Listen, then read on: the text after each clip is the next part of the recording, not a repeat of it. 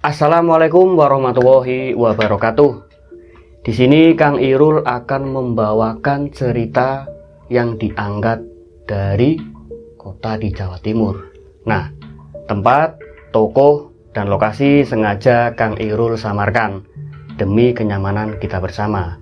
Tapi sebelum Kang Irul masuk ke ceritanya, Kang Irul ingin mengajak kepada sedulur-sedulur semua tidak lupa untuk membaca doa terlebih dahulu agar kita semua diberikan keselamatan ya, baik Kang Irul maupun buat sedulur-sedulur yang mendengarkan cerita dari Kang Irul. Nah, seperti apakah cerita selengkapnya? Langsung saja kita masuk ke ceritanya.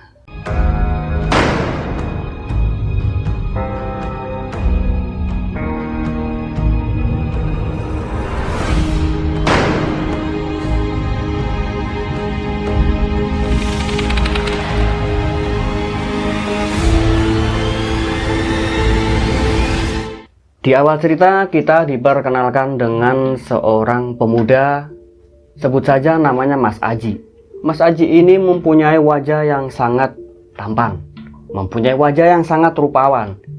Mas Aji ini adalah anak dari seorang PNS.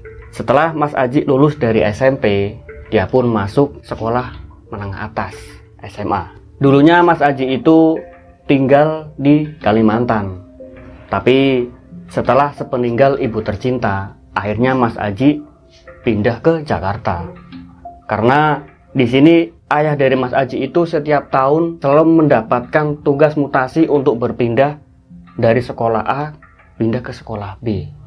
Nah, setelah Mas Aji pindah ke Jakarta, di sana Mas Aji itu mempunyai teman. Nah, teman Mas Aji ini namanya Mas Ramadan. Mas Ramadan ini orangnya itu sangat gokil, lucu.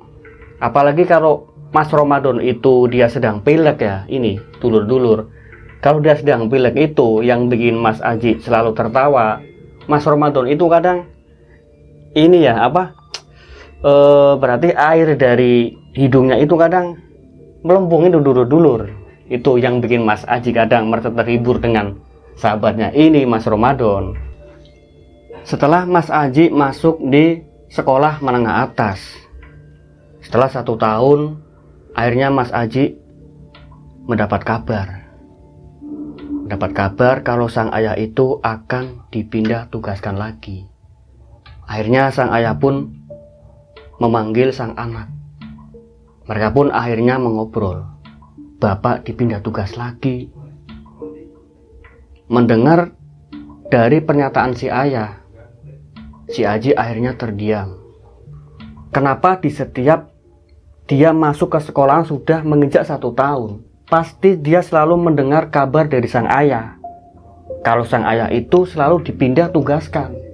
Di saat dia sedang berada di Kalimantan, di saat dia ikut ayah ke Jakarta, pasti selalu begitu. Si Aji pun merenung di dalam kamar sambil bergumam sendiri. Keesokan harinya tiba-tiba Aji mendapat kabar. Ada salah satu teman yang datang menyamperi Aji. Dia memberikan kabar kepada Aji bahwa sahabatnya bernama Ramadan itu meninggal dalam keadaan yang pas di saat dia itu pindah. Dari kejadian ini, di saat Aji sedang tinggal di Kalimantan pun terjadi hal yang sama. Di setiap jeda 1 tahun, ayahnya mendapat tugas pindah dari sekolahan A pindah ke sekolahan B, dia pasti selalu akan mendapat berita temannya itu pasti ada yang meninggal. Akhirnya Aji pun merenung, kenapa ini selalu terjadi kepada teman saya di saat saya ikut pindah sang ayah. Setelah Aji selesai bertakziah di rumah Ramadan, dia pun akhirnya bergumam sendiri, kenapa di setiap perpindahan dia selalu pasti ada temannya yang meninggal. Di sini Aji akhirnya menaruh curiga kepada sang ayah. Tapi rasa curiga itu dia simpan dalam-dalam. Dia simpan rasa itu, jangan sampai sang ayah itu mengetahui apa yang dia rasakan. Di sini pun si Aji bergumam sendiri. Apa ayah melakukan itu ya? Nggak mungkin ah, bodoh ah. Akhirnya Aji pun memutuskan untuk tidur daripada dia memikirkan yang tidak penting. Keesokan harinya akhirnya Aji dan sang ayah pun berangkat ke Jawa Timur. Mereka naik kereta nih. Berangkat. Kalau dari Jakarta menuju Jawa Timur mungkin naik kereta ya sekitar 6 jam 7 jam lah. Sampailah mereka di Jawa Timur. Tibalah sang ayah dan Aji di rumah yang ditinggali mereka. Mereka masuk. Sang ayah pun menyuruh Aji untuk beristirahat. Nah, setelah mereka beristirahat, pagi harinya si Aji keluar, tiba-tiba melihat ada seorang wanita. Akhirnya dia menyamperin, dia kenalan sama wanita itu. Kalau dilihat dari usianya, dari wajahnya, mungkin masih seumuran, masih sebaya. Akhirnya mereka kenalan nih. Kenalan, pejabat tangan, yang jelas pejabat tangan. Aji, Eli. Nah, hanya setelah mereka berkenalan, mereka ngobrol nih. Eli ngobrol sama si Aji. Kayaknya baru pindah ya mas? Iya nih, oke.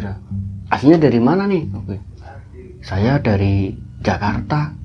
Oh jauh ya? Iya. Lah nanti kira-kira masnya akan sekolah di mana? Kalau nggak salah saya nanti sekolah di SMA sini. Oh SMA sini. Oh kebetulan kita satu sekolahan mas. Oh masa sih? Iya. Oke. Oh ya udah. Sampai bertemu di sekolahan ya. Setelah mereka asik mengobrol, akhirnya Aji pulang nih. Keesokan harinya Aji pun berangkat ke sekolah sangat pagi-pagi sekali. Malumlah dia murid baru, jadi ingin melihat kahanan kondisi dari sekolah dia yang baru.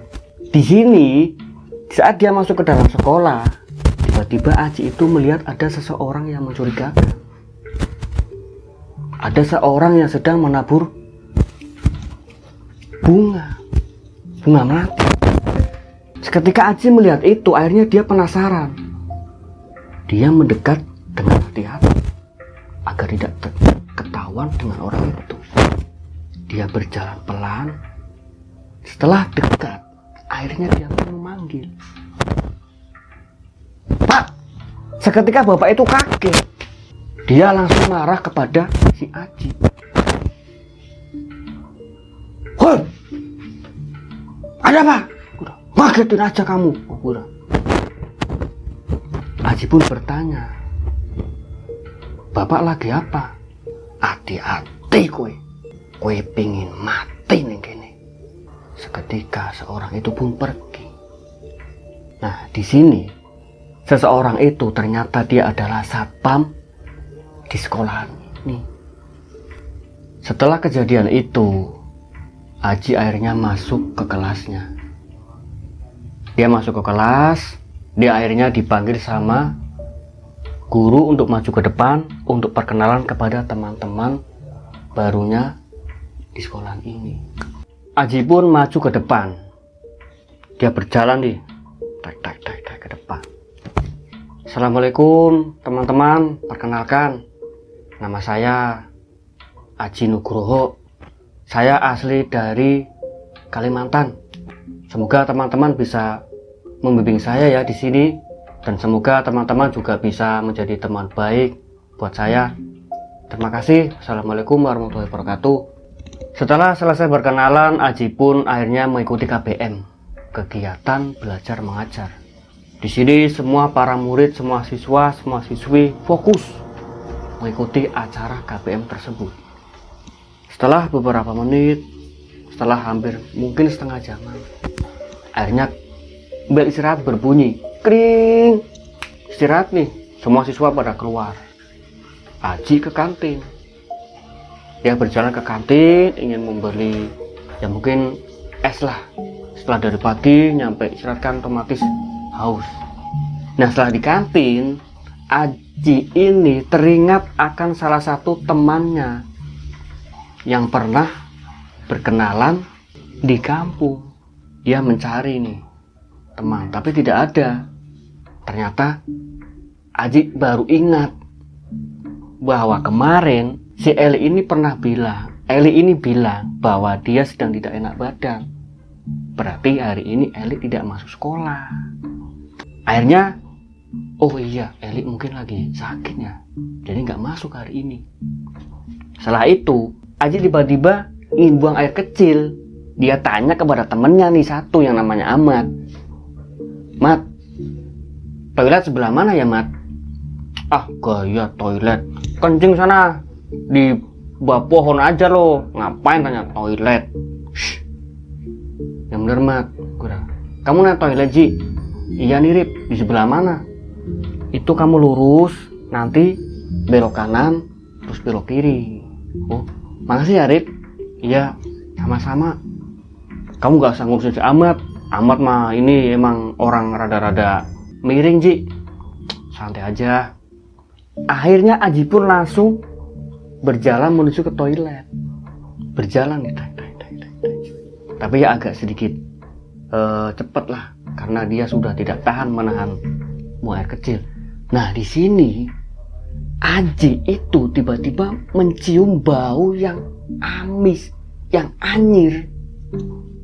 Semakin dia dekat menuju toilet, baunya itu semakin menyengat. Setelah Aji masuk di sana ke toilet, tiba-tiba ada suara bisikan, dan bisikan itu bisikan seorang cewek yang meminta tolong.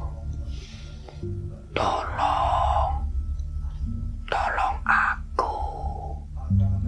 Bisikan itu ternyata dari toilet sebelahnya si Aji. Aji pun penasaran. Akhirnya dia mendekati itu toilet sebelah. Semakin Aji mendekati toilet itu, baunya semakin menyengat. Dan suaranya itu semakin jelas. Aji mendekat nih. Setelah dekat dengan toilet itu, akhirnya Aji membuka toilet itu. Dibukalah itu pintu sama si Aji. Brak! Jebol Pak Mahfudin lah buang air kecil itu.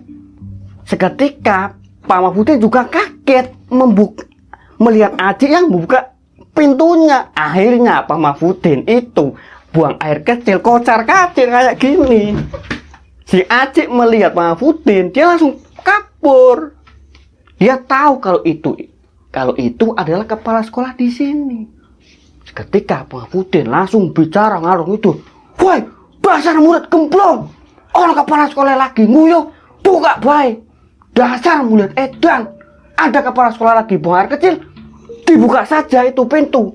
Dasar murid, anak sopo sih kai, pencicilan, pencorangan orang genah.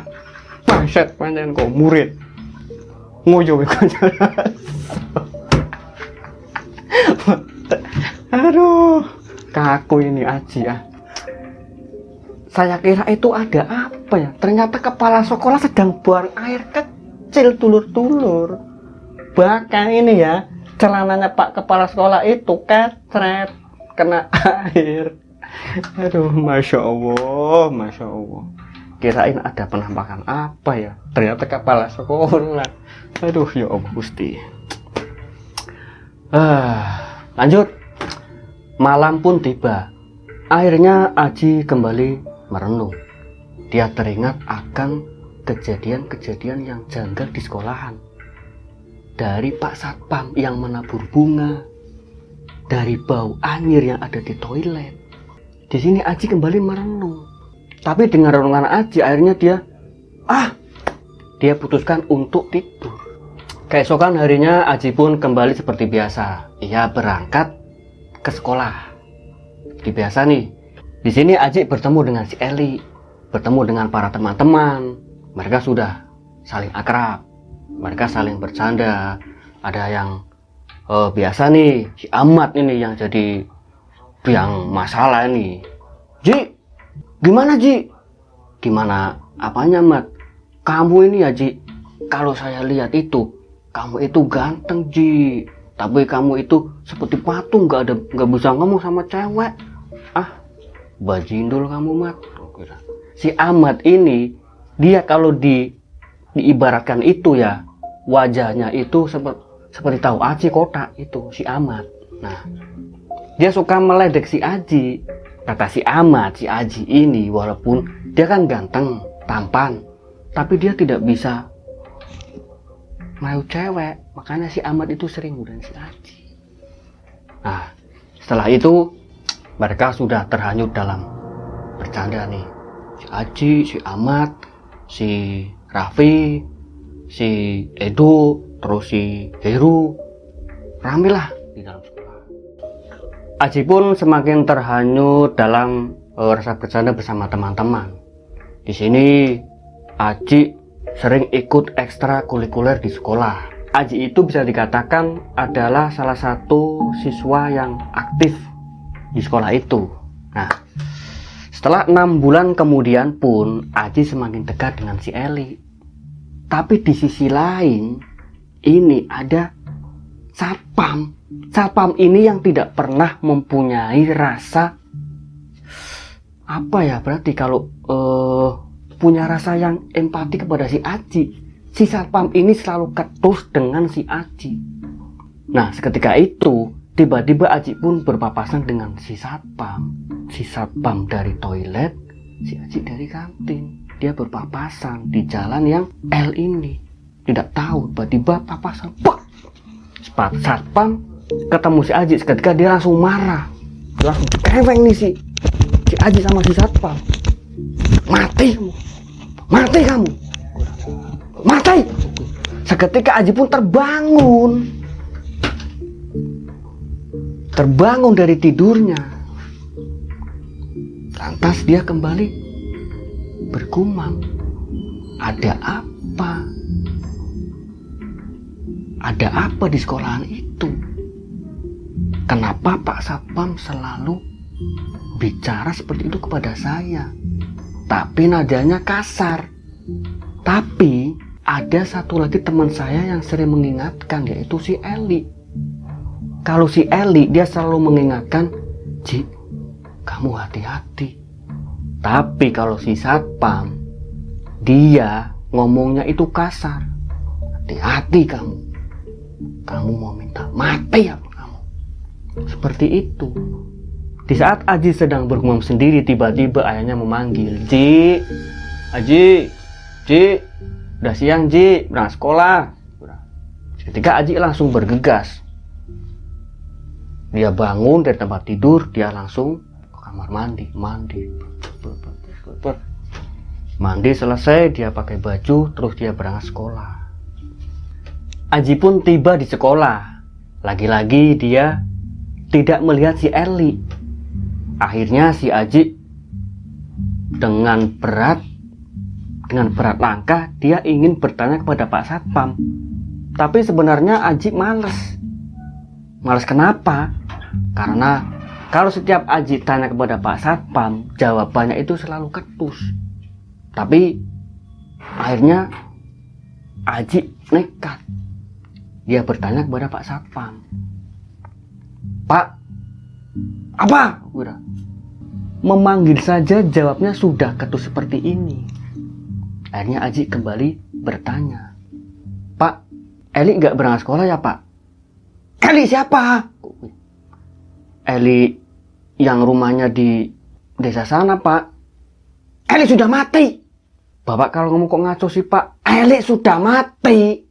Mendengar jawaban itu, si Aji kembali dia bergumam lagi. Dah pancen Satpam geblek, takon bener-bener jawabnya mati. Dasar Satpam edan. Aku nanya bener-bener jawabannya mati. Seketika dengan jawaban Pak Satpam itu, Aji pulang. Tapi dia tidak pulang ke rumah. Dia memastikan jawaban dari Pak Satpam kalau Eli itu mati. Dia langsung pergi ke rumah si Eli tuh. Dalam perjalanan, dia sudah merasa aneh akan ke rumah si Eli. Kayaknya jalan rumah ke Eli nggak seperti ini ya. Nah, setelah dia hampir mendekati rumah si Eli, dia semakin merasa aneh. Kok tiba-tiba aku merasa aneh ya. Ini kayak bukan di desanya, kayak bukan di kampung si Eli. Nah, setelah tiba-tiba dia semakin dekat ke rumah si Eli, dia melihat ada salah satu batu nisan. Di batu nisan itu ada tertulis nama si Eli Rahmawati. Melihat batu nisan itu dengan tulisan Eli Rahmawati, seketika Aji langsung lari. Dia lari terbirit-birit melihat tulisan itu. Dia pulang ke rumah. Sampai di rumah dia pun merasa ketakutan. Kembali dia merenung. Dia bergumam sendiri. Keesokan harinya dia pun nekat. Dia nekat untuk mendatangi Pak Satpam ke sekolahan. Ini hari libur nih, tidak ada yang berangkat sekolah. Si Aji berangkat ke sekolah. Dia menemui Pak Satpam, walaupun agak berat, karena jelas si Aji akan mendapat jawaban yang ketus. Tapi Aji nekat. Dia penasaran, soalnya dia sudah melihat buktinya. Datang tuh, Pak, apa lagi? Ini saya mau tanya Pak, serius Pak. Iya, mau tanya apa kamu? Eli Pak. Eli lagi. Eli sudah mati. Tapi 2 hari kemarin saya ketemu Eli Pak. Akhirnya si Satpam itu mendengar jawaban dari si Aji, kalau dia baru saja ketemu si Eli 2 hari yang lalu. Si Satpam itu tiba-tiba dia merendahkan nada bicaranya. Sini kamu, duduk sini sebentar ya, tak buatin kopi. Pak Satpam ke belakang. Dia bikin kopi 2 buat si Aji dan buat dirinya sendiri. Datang tuh Pak Satpam. Akhirnya dia bertanya kepada si Aji nih, gimana Mas? Begini Pak, saya 2 hari lalu itu ketemu sama si Eli Pak. Sebenarnya ada apa Pak di sekolah ini? Saya mencium bau amis, bau air di toilet Pak. Dan saya mendengar suara orang minta tolong Pak. Dan saya juga bermimpi didatangin si Eli Pak. Dan yang terakhir, saya minta maaf ya Pak, saya melihat Pak Satpam melakukan ritual. Mendengar Aji bicara panjang lebar seperti itu kepada Pak Satpam, Pak Satpam tiba-tiba menghela nafas. Pak Satpam itu menghela nafas panjang. Akhirnya Pak Satpam itu menjelaskan perihal yang membuat si Aji penasaran ini. Begini Mas, sebenarnya saya melakukan ritual itu menabur bunga untuk para almarhum yang sudah meninggal di sekolah ini Mas. Dan kemarin yang terakhir itu si Eli Mas. Si Eli juga sama. Dia sama seperti Mas Aji. Dia baru pindah dari sini. Terus, kenapa saya kasar kepada Mas Aji? Mas Aji ingin tahu kenapa, alasannya. Kenapa Pak? Saya itu kasihan sama Mas Aji. Masa saya mau bilang, Mas, ojo sekolah ning kene, kan nggak mungkin Mas. Makanya saya pakai cara lain. Saya bersikap ketus kepada Mas Aji, biar Mas Aji itu tidak nyaman sekolah di sini, dan Mas Aji segera keluar dari sekolah ini dan masuk ke sekolah yang lebih aman. Seperti itu Mas. Mending Mas Aji pindah saja dari sekolah ini daripada daripada sekolah ini nanti memakan korban lagi. Cukup Eli saja yang terakhir menjadi korban. Mendengar penuturan dari Pak Satpam, si Aji merasa ketakutan. Seketika dia pun langsung pergi dan meminta kepada sang ayah untuk pindah sekolah. Nah, di sini Aji kan pernah mencurigai kepada sang ayah. Jika setiap dia perpindahan sekolah, pasti ada satu temannya yang meninggal. Nah, di sini itu tidak benar nih, sedulur-sedulur ya. Itu semua sudah menjadi takdir yang Maha Kuasa. Teman-temannya si Aji emang sudah saatnya untuk meninggal, itu sudah takdir. Jadi ayahnya si Aji itu tidak melakukan ritual apapun. Dia tidak melakukan sesuatu apa pesugihan atau tunda, tidak benar.